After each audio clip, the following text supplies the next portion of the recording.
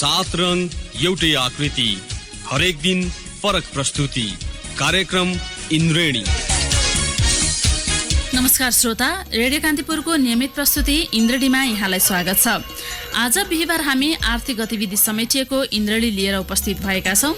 सदा चाहिँ आज पनि कार्यक्रममा हामी साताभरका प्रमुख आर्थिक समाचार, कृषि सम्बन्धी केही समाचार, समसामयिक विषयमा एउटा अन्तर्वार्ता प्रस्तुत गर्नेछौँ। कार्यक्रम सुरु गरौँ साताभरका प्रमुख आर्थिक समाचारबाट। गत आर्थिक वर्षमा रेमिट्यान्स मार्फत पाउने 9 खर्ब रुपियाँ मुलुक भित्रिएको छ। अघिल्लो वर्षको तुलनामा गत वर्ष नेपाल भित्रिएको रेमिट्यान्स करिब 15% बढी हो।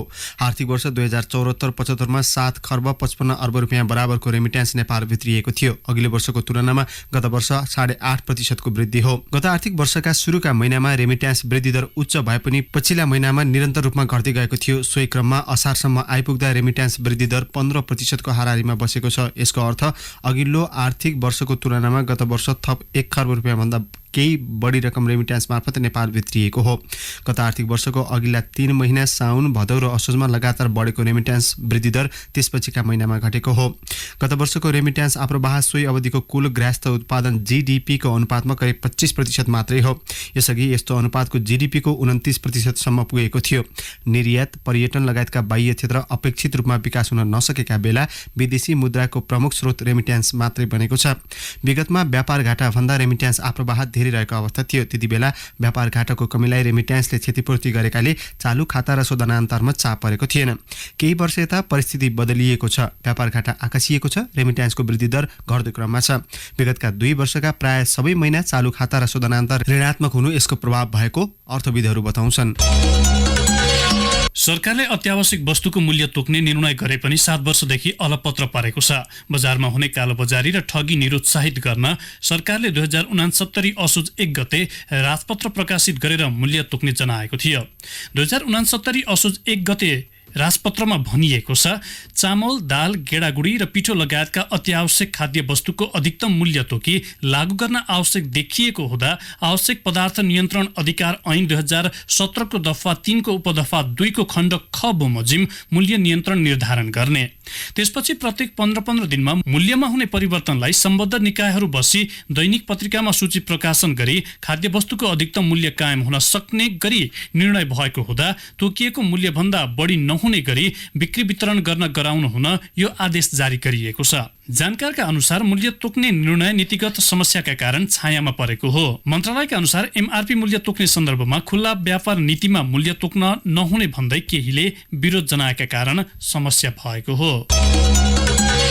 ब्याज दरमा खेलवाड नगर्न अर्थमन्त्री युवराज खतिवडाले ब्याङ्क तथा वित्तीय संस्थालाई निर्देशन दिनुभएको छ। सुरुमा कम ब्याज दरमा ऋण दिने अनि छोटो समयमा ब्याज बढाएर धेरै माथि पुर्याउने, निक्षेपमा धेरै कम ब्याज दिने लगायतका बदमाशी औल्याउँदै यस्तो नगर्न उहाँले निर्देशन दिनुभएको हो। अर्थमन्त्री खतिवडाले भन्नुभयो, ब्याङ्कले सुरुमा कम ब्याज देखाएर ऋण दिने, त्यसको केही महिनामै उच्च दरले ब्याज बढाउने गर्नु भएन। प्रदेश 5 का 12 जिल्लामा राष्ट्रिय वाणिज्य ब्याङ्कको 14 वटा नयाँ शाखाको संयुक्त रूपमा डिजिटल प्रविधिबाट उद्घाटन कार्यक्रममा हिजो खतिवडाले यस्तो बताउनु भएको हो। अहिले काठमाडौँमा चलिरहेको नाडा अटो शोमा ब्याङ्क तथा वित्तीय संस्थाले एकल अङ्क को ब्याज दर सहित कार्ययोजना सार्वजनिक गरिरहेका छन्। ती योजनातर्फ अंकित गर्दै उहाँले भन्नुभयो, यसअघि अझै केही वर्षसम्म 11% भन्दा कममा ऋण दिन सकिँदैन भन्ने बैंक तथा वित्तीय संस्थामा अहिले के त्यस्तो चमत्कार भयो र 9% मा ऋण दिन सकियो। अहिले सस्तो दरमा ऋण प्रवाह गरिहाल्ने र 1-2 महिनामै बढाइहाल्ने मनसाय बैंकको रहेको खतिवडाले बताउनुभयो। विद्युतीय सवारी चार्जिङ स्टेशन सञ्चालन गर्ने प्राधिकरणलाई तिरेको शुल्क बाहेक 20% भन्दा बढी सेवा शुल्क नपाउने गरी कार्यविधिको प्रारूप तयार भएको छ। चार्जिङ स्टेशन स्थापना र सञ्चालनका लागि कार्यविधि सिफारिस गर्न गठित समितिले प्रारूप तयार पारी ऊर्जा, जलस्रोत तथा सिंचाई मन्त्री वर्षमान पुनलाई हिजो मस्यौदा बुझाएको छ। समितिले सिफारिस गरेको कार्यविधिको प्रारूपमा विद्युत नियमन आयोगले शुल्क सम्बन्धी कुनै निर्णय नगरेसम्म प्राधिकरणले हाल लिइरहेको नै लागू गर्न पनि सिफारिस गरिएको छ। कार्यविधिको प्रारूपमा भनिएको छ, व्यापारिक प्रयोजनका लागि चार्जिङ स्टेशनमा विद्युत सेवा उपलब्ध गराए बापत यातायात वर्गको लागि निर्धारित महसुल लागू गर्ने। प्राधिकरणले यातायात क्षेत्रलाई दिने विद्युत महसुल रातिको समयमा प्रति युनिट 4 रुपैयाँ मात्र पर्दछ भने दिउँसो करिब 8 रुपैयाँ प्रति युनिट र साँझ पिक आवरमा करिब 9 रुपैयाँ पर्छ। अधिकांश विद्युतीय सवारी रातको समयमा चार्ज गरिने हुनाले चार्जिङ स्टेशनको स्थापनामा रातिखेर जाने विद्युत उपयोग हुने प्राधिकरणका कार्यकारी निर्देशक कुलमान घिसिङले बताउनुभयो। चार्जिङ सेवा उपलब्ध गराउन चार्जिङ स्टेसन स्थापना गर्ने संस्था वा व्यक्तिले स्टेसनको प्रकृतिका आधारमा 15 वा 20% मात्र सेवा शुल्क लिन पाउने व्यवस्था पनि सिफारिस गरिएको छ। नेपाल वायुसेवा निगमको वाइड बडी विमान जापानको ओसाका उडेसँगै 7वटा मुलुकमा निगमका 9वटा अन्तर्राष्ट्रिय रुट पुगेका छन्। जहाज अभाव लगायतका व्यवस्थापकीय कमजोरीका कारण निगमले 2063 चैत 29 पछि ओसाका उडान स्थगन गरेको थियो। यसअघि निगमले 2051 कार्तिक 13 गते काठमाडौँबाट चीनको सङ्घाईमा अवतरण गर्दै जापानका लागि उडान गरेको थियो। निगमको वाणिज्य विभागका निर्देशक टङ्कनिधि दाहालका अनुसार पहिलो उडानमा टिकट खरिद गरेर जाने यात्रुको संख्या हिजो साँझसम्म 95 थियो। 20 जना ट्राभल तथा सेल्स एजेन्टलाई सित्तैमा टिकट दिइएको छ। अन्य 36 जनालाई निगमले निम्तो दिएकाले होटल लगायतको खर्च निगमको हुने निर्देशक दाहालले बताउनुभयो। 274 सिट क्षमता भएको वाइड बडी विमान काठमाडौँबाट उडेको करिब 7.5 घण्टामा ओसाका पुग्ने समय हो। निगमले सातामा 3 दिन मंगलबार, बिहीबार र शनिबार उडान तालिका राखेको छ। निगमका कार्यकारी अध्यक्ष मदन खरेलले पहिलो उडान सकिएपछि अन्य उडानको यात्रु बुकिङ हुने उल्लेख गर्नुभयो। सञ्चालन खर्च समेत धान्न नसकेको भन्दै 20वटा साना आयोजनाले स्वामित्व लिइदिन सरकारलाई निवेदन दिएका छन्। कुल 71 मेगावाट क्षमता भएका यी आयोजना मध्ये केहीले बैंकले लिलामी गर्ने अवस्थामा पुगेका छन्। आयोजना प्रवर्तकहरूले रुग्ण जलविद्युत आयोजना समन्वय समिति बनाएर आयोजनाको स्वामित्व लिई दायित्वबाट मुक्त गरिदिन ऊर्जा मन्त्रालय सहित विद्युत नियमन आयोग र विद्युत विकास विभागलाई आग्रह गरेका छन्। समन्वय समितिका संयोजक सूर्यप्रसाद अधिकारीले सरकारले प्रतिबद्धता गरेको सहुलियत नपाउँदा साना विद्युत आयोजना रुग्ण अवस्थामा पुगेको भन्दै सञ्चालन खर्च समेत नधान्ने स्थिति भएपछि सरकार गुहारेको बताउनु भयो। उहाँले भन्नुभयो 20 मध्ये एउटा आयोजनालाई बैंकले कालो सूचीमा राखिसकेको छ। अन्य केहीलाई बैंकले कालो सूचीको सूचना निकाल्न अन्तिम पटक पत्र पठाएको अवस्था छ। 20वटा यी साना विद्युत आयोजनामा करिब 14 अर्ब लगानी भएको अनुमान छ। यी आयोजनाले करिब 10 अर्ब ऋण बैंकबाट लिएको उहाँले बताउनुभयो। नेपाल विद्युत प्राधिकरणले आगामी वर्षदेखि आन्तरिक विद्युत उत्पादन बढी भएर खेर जाने प्रक्षेपण गरिरहँदा 1/4 जनसङ्ख्या अझै विद्युत पहुँच बाहिर रहेको तथ्य सार्वजनिक भएको छ। हालसम्म 78% जनसङ्ख्यामा मात्रै विद्युत पहुँच पुगेको प्राधिकरणले जनाएको छ। प्राधिकरणले सार्वजनिक गरेको विद्युतीकरण तथ्याङ्कमा 753 स्थानीय तहमध्ये 222वटा स्थानीय तहमा मात्रै 90% भन्दा बढी विद्युतीकरण भएको उल्लेख गरेको छ। बाँकी स्थानीय तहमा विद्युत पुगेको भए पनि सबै ठाउँमा पुगिसकेको छैन। प्राधिकरणले चालु आर्थिक वर्षमा 1100 मेगावाट विद्युत राष्ट्रिय प्रणालीमा थपिने अनुमान गरेको छ। यसो भए आगामी वर्षदेखि मुलुकमा उत्पादित विद्युत सबै खपत नहुने प्राधिकरणको प्रक्षेपण छ। प्राधिकरणले सार्वजनिक गरेको तथ्याङ्क अनुसार 117वटा स्थानीय तहमा 5% भन्दा कम घरधुरीमा मात्रै विद्युत पुगेको छ। बहुचर्चित पञ्चेश्वर र पश्चिम सेती जस्ता ठूला आयोजना सुरु नभए पनि सुदूरपश्चिममा सम्पन्न भएका र निर्माणाधीन मझौला जलविद्युत आयोजनाबाट उत्पादित बिजुलीले अहिलेको माग धानिरहेको छ। निर्माणाधीन आयोजनाहरू निर्धारित समयभित्रै सम्पन्न भएमा आगामी 1.5 वर्षभित्र उत्पादित बिजुलीले सुदूरपश्चिमको माग पूरा मात्र हुने छैन, बचत भएको बिजुली राष्ट्रिय ग्रिडमा थपिनेछ। हाल उत्पादन भइरहेको 42 मेगावाटमा 90 मेगावाट थपिँदैछ। ठूला कल कारखाना सञ्चालन नभएको अवस्थामा सुदूरपश्चिमलाई आवश्यक कुल विद्युत 70 मेगावाट हो। अहिले सञ्चालनमा रहेका 3वटा आयोजनाबाट 42 मेगावाट उत्पादन भइरहेको छ। अपुगमध्ये 20 मेगावाट भारतको टनकपुरबाट आपूर्ति गरिएको छ भने बाँकी राष्ट्रिय ग्रिडबाट वितरण भइरहेको छ। सुन्दै हुनुहुन्थ्यो 7 अवरका प्रमुख आर्थिक समाचार। कार्यक्रममा अब प्रस्तुत छ कृषि सम्बन्धी केही समाचारहरू। भोजपुरमा फौजी किराको प्रकोप देखिएको छ। हतुवागढी गाउँपालिकाका क्षेत्रमा फौजी किराले मकैबाली सखा पार्न थालेपछि त्यहाँका किसानहरू चिन्तित छन्। गत जेठ असारको खडेरीले बर्खे मकै सखा भएपछि लगाएको हिउँदे मकैमा पनि फौजी किराले दुःख दिन थालेपछि किसान निराश बनेका हुन्। गाउँपालिकाका वडा नम्बर 1, 2, 5 र 6 का रानीवास, लुङ्गिन, होमताङ, लङ्खा लगायत छिमेकी आम्चो गाउँपालिकाका केही क्षेत्रमा पनि फौजी किराको बढी प्रकोप देखिएको छ। प्रकोपले गाउँपालिकाका क्षेत्रमा करिब 850 रोपनी क्षेत्रफलमा लगाइएको मकैबाली नष्ट भएको छ। खडेरीले बर्खे मकै मरेपछि मासेर लगाएको हिउँदे मकैमा पनि फौजी किराले शास्ति दिएको हतुवागढी गाउँपालिका 1 रानीवास हर्काका किसान पदम बहादुर बस्नेतले बताउनुभयो।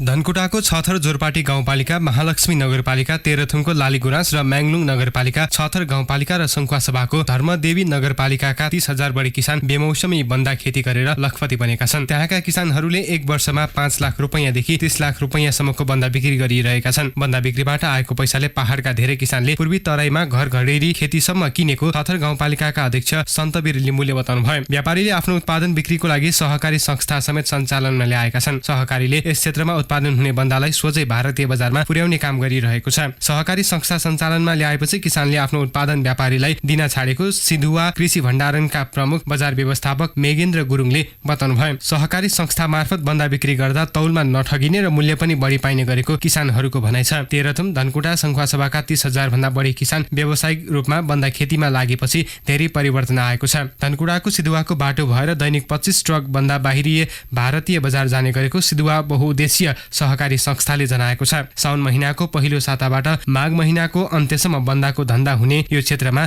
6 महिनाको अवधिमा 45 करोड भन्दा बढी भारतीय मुद्रा भित्रिने गरेको बजार व्यवस्थापक गुरुङको भनाइ छ। जुम्लाको पातारासी गाउँपालिकाकी चैती विष्टलाई आफ्नो बगैँचामा फलेको स्याउ टिप्न भ्याइ नभ्याइ छ। चन्दननाथ 10 की माया देवकोटा पनि एक सातादेखि बारीमा स्याउ टिप्न व्यस्त देखिन्छन्। उनीहरू दुवैको स्याउबारीमा करिब 150 स्याउका बोट छन्। उनीहरू मात्र होइन, जिल्लाका किसानलाई अहिले स्याउ टिप्ने चटारो छ। भदौ लागेसँगै किसानलाई स्याउ टिप्न भ्याइ नभ्याइ भएको हो। अधिकांश किसान बिहान सबेरैदेखि राति अबेरसम्म स्याउबारीमै व्यस्त देखिन्छन्। टिप्न सुरु भएसँगै व्यापारी स्याउ बगैँचामै आएर खरिद गर्ने क्रम बढेको छ। स्याउ खरिद गर्न नेपालगञ्ज, सुर्खेत, काठमाडौँ लगायत स्थानका व्यापारी जुम्ला पुगेका छन्। भदौको दोस्रो सातादेखि स्याउ टिप्न र ढुवानी गर्न स्थानीय तहले अनुमति दिए पनि केही किसानले पहिले नै बगैँचा खाली गरिसकेका छन्। ढिलो टिपे स्याउ बिक्री नहुने समस्याले धमाधम बगैँचा खाली हुन थालेका हुन्। यस वर्ष जुम्लामा 6,100 मेट्रिक टन स्याउ फल्ने अनुमान कृषि ज्ञान केन्द्रको छ। इलाम र उदयपुरमा यो वर्ष अदुवा उत्पादन घटेको छ। अघिल्लो वर्षभन्दा 70% उत्पादनमा कमी आएको छ। माउ निकाल्दा हरियो देखिएको अदुवाको बोट एकाएक पहेलिन थालेको छ। इलाम नगरपालिका 5 स्थित तोरीबारीका चेतन पोखरेलले भन्नुभयो, मूल्य राम्रो भएकाले माउको बिक्रीबाट केही राहत मिलेको भए पनि मुख्य उत्पादनमा असर गर्ने निश्चित छ। 25 मन अदुवा रोपिएको भए पनि अहिले सबै निकाल्न मिल्दैन। बगान पहेलिने र गानु कुहिने रोग लाग्यो भने उत्पादन नै हुँदैन। यस्तो समस्या अधिकांश बगानमा देखिन थालेको छ। प्राविधिकको सहयोग नपाउँदा र कृषकले पनि मूल्यलाई हेरेर मौसमको ख्याल नगरी माउ अदुवा निकाल्दा यो रोग लाग्ने गरेको जानकारहरू बताउँछन्। बिउ किन्ने बेलामा मूल्य अत्याधिक हुने र उत्पादन बिक्री गर्दा कम मूल्य भएकाले कृषकले खेती समेत घटाएका छन्। निकासीमा भारतले लगाउने झन्झटका कारण पनि अदुवा कृषक र व्यवसायमा निराशा थपिएको छ। तर यो पटक निकासी झन्झटिलो भने हटेको छ। अघिल्ला वर्षहरूमा प्रतिमन 500 रुपैयाँसम्म झरेको अदुवाको मूल्य भने यो पटक वात्तै बढेको छ। मूल्य जति बढे पनि रोगको निदानको उपाय नभए अदुवाको भविष्य नै सखाप हुने निष्कर्षमा पुगेको पोखरेलले बताउनुभयो। राष्ट्रिय बिउ बीजक समितिले विभिन्न 13वटा बालीका 44 जातका बिउ सूचीकृत गरेको छ। समितिले नेपालमा विकास गरिएका र विदेशबाट ल्याएका गरी 44 जातका बिउ सूचीकृत गरी राजपत्रमा सूचना प्रकाशन गरेको छ। समितिले नेपालमा विकास भएका बदाम, सगरखण्ड, तोरी, राजमा सहित 4 बालीका विभिन्न 5 जातका बिउ सूचीकृत गरेको हो। समितिले सूचीकृत गरेको सो बिउ बिक्रीका लागि सिफारिस गरिएको छ। समितिले सूचीकृत गरेका 13वटा बाली मध्ये 9वटा छिमेकी मुलुक भारत, चीन लगायत तेस्रो मुलुकबाट आयात भएका छन्। बाहिरबाट ल्याएकोमा सिमी, बोडी, काउली, बन्दा, गोलभेडा, खुर्सानी, आलु, धान र केरा बालीका विभिन्न जातका बिउ सूचीकृत गरेको बिउ बीजक गुणस्तर नियन्त्रण केन्द्रका सूचना अधिकारी एवं वरिष्ठ बिउ विकास अधिकृत रमेश हुमागाईले जानकारी दिनुभयो। नेपाल कृषि अनुसन्धान परिषदले बाहिरबाट नमुना बिउ ल्याएर 2 वर्षसम्म परीक्षण गरी सूचीकृत गरेका हुन्। लामो समयको परीक्षणपछि मात्र यी जातका बिउहरू बिक्रीका लागि सिफारिस गरिएको हो। यस्तै भारतका विभिन्न स्थानबाट आयात भएका धानका रञ्जित, साउ मनसुली र सर्जो 52 जातका बिउ नेपालमा लोकप्रिय भएकाले ती बिउ समेत दर्ता गरिएको बिउ बीजक गुणस्तर नियन्त्रण केन्द्रले जनाएको छ। कृषि अनुसन्धान परिषदले स्रोत बिउ व्यवस्थापन गर्ने र सो नभएसम्मका लागि ती जातका बिउमा विक्रेताहरूले यथार्थ संकेत पत्र अनिवार्य रूपमा उल्लेख गरेर मात्रै कारोबार गर्न दिने गरी सूचीकृत गरेको जनाएको छ। यस्तै आलुका कार्डिनल, रोजिटा र एमएस गरी 3वटा जातका बिउ सूचीकृत गरिएको केन्द्रले जनाएको छ। साताभरका प्रमुख आर्थिक समाचार तथा कृषि सम्बन्धी केही समाचार यहाँले सुनिहाल्नुभयो। कार्यक्रममा अब भने पालो भएको छ ब्रेकको। ब्रेकपछि हामी पछिल्लो समय कृषि क्षेत्रमा युवाहरूको आकर्षण बढ्दै गएको सम्बन्धमा कृषि पेसामै संलग्न विजय सापकोटासँग गरिएको कुराकानी लिएर उपस्थित हुनेछौँ। ब्रेकपछि यहाँलाई पुनः स्वागत छ। यहाँहरू सुन्दै हुनुहुन्छ कार्यक्रम इन्द्रडी अन्तर्गत आज बिहिबार हामी आर्थिक गतिविधि प्रस्तुत गरिरहेका छौँ। सदाझै आज पनि कार्यक्रमको पहिलो खण्डमा ब्रेक अगाडि यहाँहरूले साताभरका प्रमुख आर्थिक समाचार तथा कृषि सम्बन्धी केही समाचार सुनिहाल्नुभयो। कार्यक्रममा अब प्रस्तुत छ एउटा अन्तर्वार्ता। पछिल्लो समय युवाहरू पनि कृषि कर्ममा आकर्षित हुन थालेका छन्। 12 कक्षा उत्तीर्ण भए लगत्तै विदेश जानुपर्छ भन्ने मानसिकतालाई त्यागेर कृषि कर्ममा लागेका एकजना युवाको अन्तर्वार्ता कार्यक्रममा आज हामी प्रस्तुत गर्दैछौँ। मोरङको सुन्दर हरैचाका 25 वर्षीय युवा विजय सापकोटाले च्याउ खेतीबाट मात्रै मासिक 1 देखि 1.5 लाख रुपियाँसम्म आफूले कमाउने गरेको बताए। 10,000 रुपियाँको सानो पुँजीबाट करिब 7 वर्षको अवधिमा आफूले वार्षिक 1.5 करोड रुपियाँसम्म कमाएको उनको भनाइ छ। पछिल्लो समय उनले सुदूरपश्चिममा उत्पादन हुने यार्स गुम्बाको उत्पादन सुरु गरेको जनाएका छन्। कार्यक्रममा आज हामीले सापकोटालाई सानै उमेरमा कृषि कर्ममा लाग्न केले प्रेरणा दियो भनी सोधेका छौँ।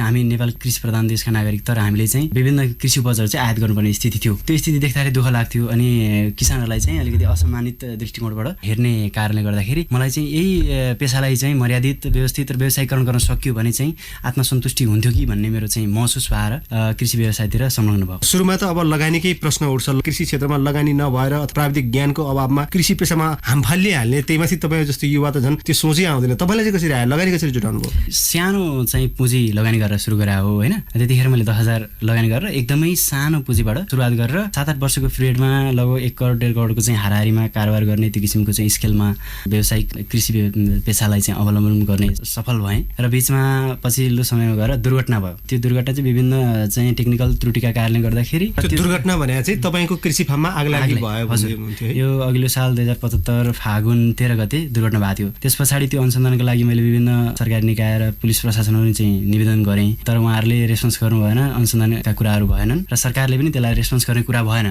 त्यो कारणले गर्दाखेरि अब म जस्तो मान्छे जसलाई देखेर चाहिँ सयौं किसानहरूले चाहिँ अब यस्तो कृषि पेसा गरेर चाहिँ आम्दानी गर्न सकिँदो रहेछ, देशमा पनि चाहिँ केही गर्न सकिने रहेछ, कृषि पेसामै चाहिँ गर्न सकिँदो रहेछ भनेर चाहिँ लागेका किसानहरू यदि मैले चाहिँ पलायन भएर विदेश जानुपर्ने स्थिति अथवा समाजबाट चाहिँ बहिष्कृत हुनुपर्ने स्थिति भयो भने उहाँहरूलाई चाहिँ त्यो आकर्षण होइन विकर्षण हुन जान्छ। त्यस कारणले गर्दाखेरि मैले हदसम्म केही गर्नुपर्छ भनेर फेरि पनि अर्को नयाँ परियोजना लिएर आएको छु। त्यो चाहिँ कृषिसँग एग्रो टुरिज्म भनेर एग्रिकल्चरलाई चाहिँ अब विशेष अरू विभिन्न फ्याक्टरहरूसँग जोडेर लिएर गयो भने त्यसलाई अझ सम्मानित र अझ चाहिँ धेरै प्रभावकारी ढङ्गबाट आर्थिक समृद्धि गर्न सकिन्छ भनेर एग्रो टुरिज्मको कन्सेप्ट मार्फत अगाडि बढिरहेको छु। जस्तो तपाईँले भर्खर भन्नुभयो सरकारले पनि कृषिको आधुनिकीकरण भनौँ अथवा कृषिका विभिन्न कार्यक्रम, कृषि परियोजना अन्तर्गत युवा लक्षित विभिन्न कार्यक्रमहरू ल्याइरहेको छ। तपाईँले अब सरकारी तवरबाट विभिन्न झन्झट अल्झनहरू बिहोर्नु पर्यो, भर्खरै सुनाउनु भयो। अलिक गाह्रै छ सरकारसँग मिलेर काम गर्न अथवा सरकारले जुन सहुलियत दिने गरेको छ त्यो पहुँचमा तपाईँले जस्तो युवालाई पुग्न गाह्रै छ? एकदमै चुनौती छ, किनभने हामी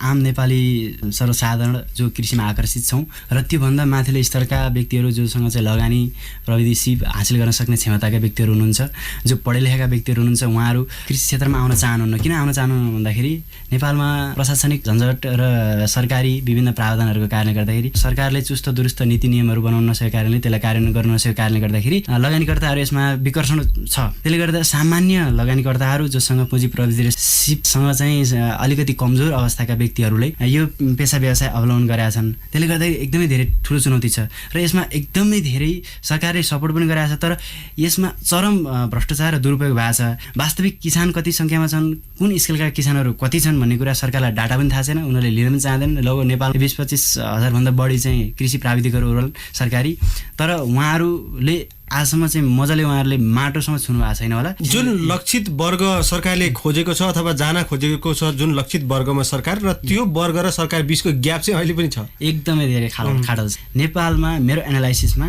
1% किसान बाहेक कोही पनि सल्भ हुन सकेको छैन, मूल प्रवाहीकरणमा आउन सकिरहेको छैन। अब यो मिडिया मार्फतबाट आफूलाई अलिकति सम्मानित होस् अथवा चाहिँ समाजमा नकारात्मक असर नजाओस् भनेर साथीभाइ व्यवसायी साथीहरूले चाहिँ कृषक साथीहरूले चाहिँ हामी सफल भएको छौँ, मैले पनि यति कमाए भनेर भन्नु स्वाभाविक कुरो हो, तर 1% 2%को हाराहारीमा बाहेक नेपालमा कृषि व्यवसाय सफल भएको छैन। अब सरकारको कुनै सहयोग बिनै तपाईँले भन्नुभयो मैले 10,000 रुपियाँ सानो पुँजीबाट कृषिको व्यवसाय सुरु गरेको थिएँ भन्नुभयो, 5-7 वर्षको बिचमा 1.5 करोड रुपियाँसम्म वार्षिक कारोबार गर्न सक्षम पनि हुनुभयो। तपाईँले अघि मलाई भन्नुभएको थियो मासिक 1.5 लाख रुपियाँसम्म आम्दानी गर्न सकेँ मैले भनेर भन्नुभएको थियो। यो त अलिकति नयाँ पुस्तालाई के गरौँ भन्न खोज्नेका लागि त नेपालमा बसेर कृषि व्यवसायबाट मासिक 1.5 लाख रुपियाँसम्म कमाइ भने कसरी सम्भव भयो? त्यो सम्भव त छ, तर नेपालमा लगानीकर्ता हामी अलिकति तल्लो चाहिँ अलिकति सानो पुँजी भएका र कम प्राविधिकीहरू हामी लगानी गरिरहेछौँ र म्यानेजमेन्टको सबैभन्दा ठुलो फ्याक्टर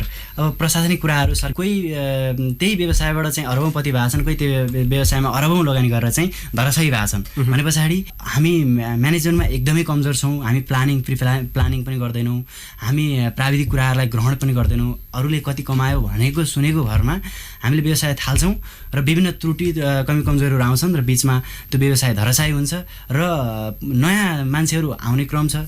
यो नयाँ मान्छेहरू आउने क्रम चाहिँ नयाँ किसान साथीहरू आउने क्रम चाहिँ कुन ढङ्गबाट छ भन्दाखेरि सरकारले विभिन्न चाहिँ आकर्षणका कुराहरू लिएर आएको छ, तर त्यो आकर्षणका कुराहरूमा प्रभावमा परेर किसानहरू थपिने क्रम त जारी छ, व्यवसाय थपिने क्रम त जारी छ, तर प्रभावकारी परिणाम नआइसके पछाडि ती पुराना व्यवसायी भइसके पछाडि उनीहरू फेरि पलायन हुन्छन्, फेरि नयाँ व्यवसायहरू आउँछन्। कृषि पर्यटनको अवधारणा पनि ल्याउनु भएको छ, त्यो कस्तो खाले अवधारणा हो? यो अवधारणा चाहिँ नेपालमा अलिकति उत्पादन मात्रै गरेर आन्तरिक अस्वस्थ प्रतिस्पर्धा पनि छ, बजार मूल्य बजार व्यवस्थापनका कुराहरू एकदमै नाजुक अवस्थामा छ। त्यसले गर्दाखेरि हामीले कृषि पर्यटनसँग जोड्यौँ भने त्यहाँ उत्पादन भएका चिजहरूलाई त्यहीँ उपभोग गराउन सक्यो भने त्यसको मूल्य बढी पर्छ।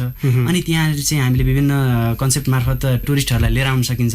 त्यो भयो भने त अभियसली आम्दानीको स्रोत त बढ्यो। त्यो भए पछाडि कृषि व्यवसायमा नयाँ प्रविधिहरू लिएर आउन सकिन्छ। जब किसानले आम्दानी गर्न थाल्छ, जब किसानसँग पैसा हुन्छ तब न उसले चाहिँ नयाँ प्रविधि लिएर आउँछ। न त यदि उसले चाहिँ नाफा कमाउन सकेन भने कहाँबाट लिएर आउने, कहाँबाट प्राविधिक कुराहरू सिक्ने, उसले त सक्दैन नि त। अहिले यो व्यवसाय एक्लै गरिरहनु भएको छ तपाईँ? एक्लै गरिरहनु भएको छ है। अर्को चाहिँ जस्तो तपाईँले एर्सा गुम्बाको विषय पनि उठान गर्नुभयो। एर्सा गुम्बा चाहिँ म अब आफै उत्पादन गर्दैछु भनेर पनि भन्नुभयो। यो एर्सा गुम्बाको बजार पनि निकै ठुलो छ, बढ्दैछ नेपालमा त झन् होइन। यो एर्सा गुम्बा उत्पादन चाहिँ कसरी गर्ने? एकदमै यो एर्सा गुम्बा चाहिँ 400 प्रजातिको हुन्छ नेपालमा। अध्ययन पनि गरिरहनु भएको छ? एकदमै यो अध्ययन नगरिकन बोल्ने कुरा हुँदैन। यो 400 प्रजातिका एर्सा गुम्बाहरू हुन्छन्। त्यो मध्ये हामी कार्डिसेपिन मिलिट्री भन्छ, त्यो एउटा च्याउको प्रजाति हो। एर्सा गुम्बा एउटा च्याउको प्रजाति हो, कति मान्छेलाई थाहै छैन। त्यो एर्सा गुम्बा चाहिँ संसारका विभिन्न देशहरूमा उत्पादन हुन्छन्, तर नेपाल लगायतका अल्पविकसित देशहरूमा चाहिँ यसको उत्पादन हुँदैन, अहिलेसम्म भएको छैन। तर अभ्यास भइरहेछ होइन, विभिन्न वैज्ञानिकहरूले यसलाई परीक्षण गरिरहनु भएको छ। तर मैले चाहिँ अब नेपालमा पहिलोचोटि लन्च गर्न आँटिरहेको छु।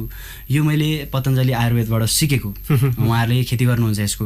यो एर्सा गुम्बा जुन मैले कार्डिसेपिन मिलिट्री भने त्यसको बजार मूल्य लगभग नेपालमा 2 लाखदेखि 4 लाखको हाराहारीमा छ प्रति किलो। हजुर। र यसको राष्ट्रिय अन्तर्राष्ट्रिय चाहिँ भ्यालु छ। जस्तो यो भौगोलिक हिसाबले पनि जस्तो अहिले हामीले सुन्दै आएको, मान्दै आएको, देख्दै आएको पनि भनौँ न, सुदूरपश्चिमका जिल्लाहरूमा अलिक बढी यो एर्सा गुम्बा उत्पादन हुने गरेको होइन, मुगुमा, अछाममा, बैतडीमा, यी जिल्लाहरूमा। तर यो मोरङ अलिकति भौगोलिक हिसाबले पनि तपाईँ त मोरङबाट प्रतिनिधित्व गर्नुहुन्छ, मोरङमै हो अथवा मोरङमै हो? हजुर। यो अलिकति अनौठो कुरा पनि हो, तर अहिले अनौठो मार्नुपर्ने स्थिति पनि छैन, किनभने हामी 21औं शताब्दीमा छौँ। यो अहिले 21औं शताब्दीको चाहिँ यो टेक्नोलोजीको चरम सदुपयोग गर्न सक्ने स्थितिमा आएर हामीले यसलाई चाहिँ वातानुकूल गरेर विभिन्न चाहिँ प्रविधि अपनाएर चाहिँ यसलाई खेती गर्न सकिन्छ होइन। संसारमा तपाईँको इजरायलमा मरुभूमिमा माटै नभएको ठाउँमा पनि चाहिँ खेती गरेर संसारमा चाहिँ तपाईँको एउटा उदाहरण प्रस्तुत गर्न सकिन्छ भने त नेपाल त झन् स्वर्ग हो होइन। यहाँ विभिन्न खालका हावापानी पाइन्छ र त्यो हावापानीका आधारमा खेती गर्दाखेरि हामीले चाहिँ हिमालय गएर खेती गर्नु पर्यो, होइन भने हामी कृत्रिम रूपमा खेती गर्दाखेरि चाहिँ हामीले जुनसुकै ठाउँमा, जुनसुकै देशमा, जुनसुकै अवस्था भौगोलिक अवस्थामा, जुनसुकै समयमा खेती गर्न सकिन्छ, जस्तो सुकै पनि चाहिँ खेती गर्न सकिन्छ। सम्भावना छ, सम्भावना एकदमै धेरै छ। तपाईँको कृषि कर्मबाट धेरै मान्छेहरू सायद प्रभावित पनि हुनुहुन्छ होला।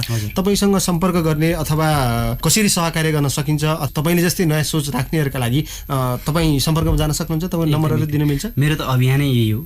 मैले धेरै साथीहरूलाई अहिलेसम्म चाहिँ एकिन तथ्याङ्क त छैन, तर 150-200 जनाभन्दा बढी साथीहरूलाई मैले निःशुल्क प्राविधिक यो चाहिँ च्याउखेतीसँग सम्बन्धित शिक्षा दिएको छु। तपाईँलाई सम्पर्क कसरी गर्ने? त्यो भएको कारणले गर्दाखेरि यदि मलाई चाहिँ सम्पर्क गर्न चाहनुहुन्छ, मसँग आएर सिक्न चाहनुहुन्छ भने म निःशुल्क चाहिँ प्राविधिक शिक्षाहरू दिन सक्छु।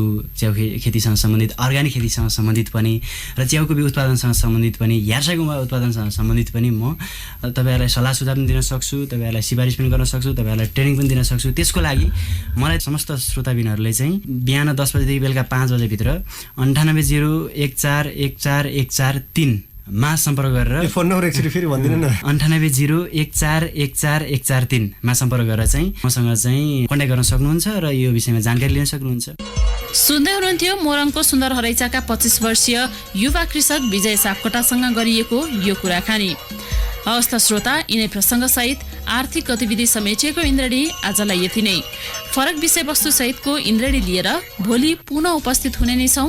तबसम्म न्युज डेस्कका सम्पूर्ण सहकर्मी सहित अनिल र म प्रतीक्षा बिदा हुन्छौँ। नमस्कार, शुभरात्रि। सूचना र मनोरञ्जनको सम्वाहक रेडियो राष्ट्रको रेडियो कान्तिपुर।